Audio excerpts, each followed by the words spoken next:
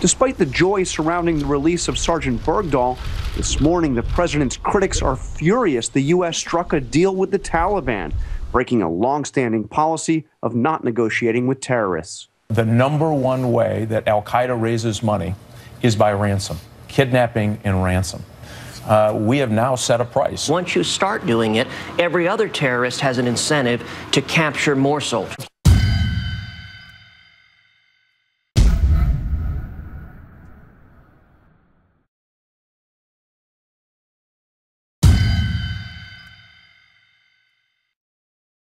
Haskell Wexler has won 2 Academy Awards for cinematography, Who's Afraid of Virginia Woolf and Bound for Glory.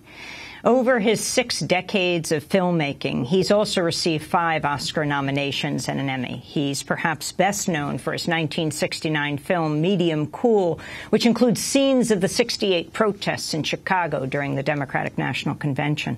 He returned to Chicago to make 4 Days in Chicago about the NATO protests and interviewed James Foley, who was also there to report. After they talked, Foley offered to use his own camera to shoot footage for Haskell Wexler's new film. Well, shortly before Obama spoke Wednesday, Wexler wrote in Facebook post, quote, "For the president to use Jim's name and other journalists as reason to pursue the stated military policy to degrade and destroy the Islamic State so that it's no longer a threat is an insult to the memory of James Foley and to the intelligence of the American people." Wexler will join us in a moment, but first, this is a clip Wexler shared with Democracy Now! From his 2012 interview with James Foley. What countries recently have you been filming? Libya, Syria. I was in Afghanistan with U.S. troops in 2010. And I'm really interested in the young guys, the ones that are just coming back from Iraq and Afghanistan. Those guys' perspectives, because that has a huge impact. If they're giving their medals back, that's that harkens back right to the winter soldiers, right? Essentially in Vietnam and carrying what those guys did, right?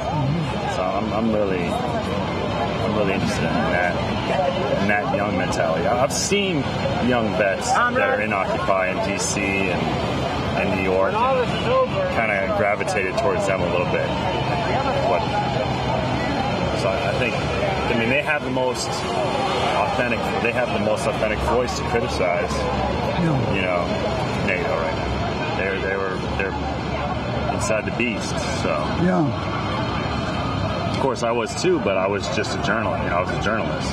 So to a certain extent, you have to be embedded. In order to get your credentials, when you travel, passports, Yeah, when you're embedded in this era, you're totally dependent on the U.S. military for logistics, food, security, of course, everything. And you develop a certain bond with these guys that you have to wake up and remind yourself every day, I'm a journalist. Yeah. I'm not one of the soldiers. Just to maintain your sense of objectivity, I would say. Yeah. And it becomes very difficult because you're out there in the sticks or whatever, the mountains with them. And some of those guys they would sacrifice for you, and your question is, what do you owe them? But ultimately, you owe them the truth, which you see. So it's tough. It's tough, yeah. But it's a good opportunity to be away from the embed too, because you're only seeing, like the Afghans, for example, through that lens. You really can't get any real knowledge of what the Afghan people really think.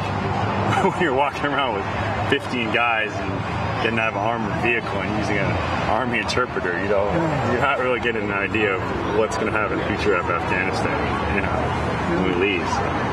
The one thing that you mentioned, the feeling of brotherhood comes to valor, comes to reality and so forth, is so bad, because that particular feeling we all have and could be used for good things. Right.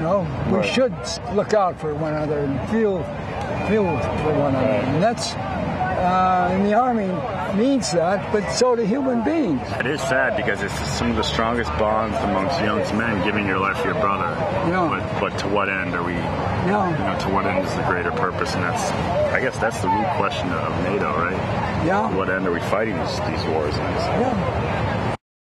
I'm interested in what you said about the other, the categorization of the other, because you see it in all conflicts and wars, and you're saying El Salvador, you're saying here, and I saw it in Libya and Syria, and it's like both sides attempting to, you know, paint a group as the enemy, as the other, and what happens, the dehumanization process of that, and that's extremely dangerous. But I guess it has to happen. It happens in a war so that they can kill each other. Yeah. So, but it seems like it's slicker here, right. in that they say, the police and the authorities, they are Chicago. Right. They're Chicago, right. And they are protecting Chicago. So, and they call the word security. How do they separate? I think the media helps separate us from people. TV does it. Normally. Right, because what is this coverage? You know, what is this coverage going to focus on? You know, we'll see some shots of police, you know, and we'll see some cutaways to protesters. Hopefully, they'll get some kind of action in there, yeah. And then that's essentially the story. It doesn't go much deeper than that on broadcasting, certainly. So.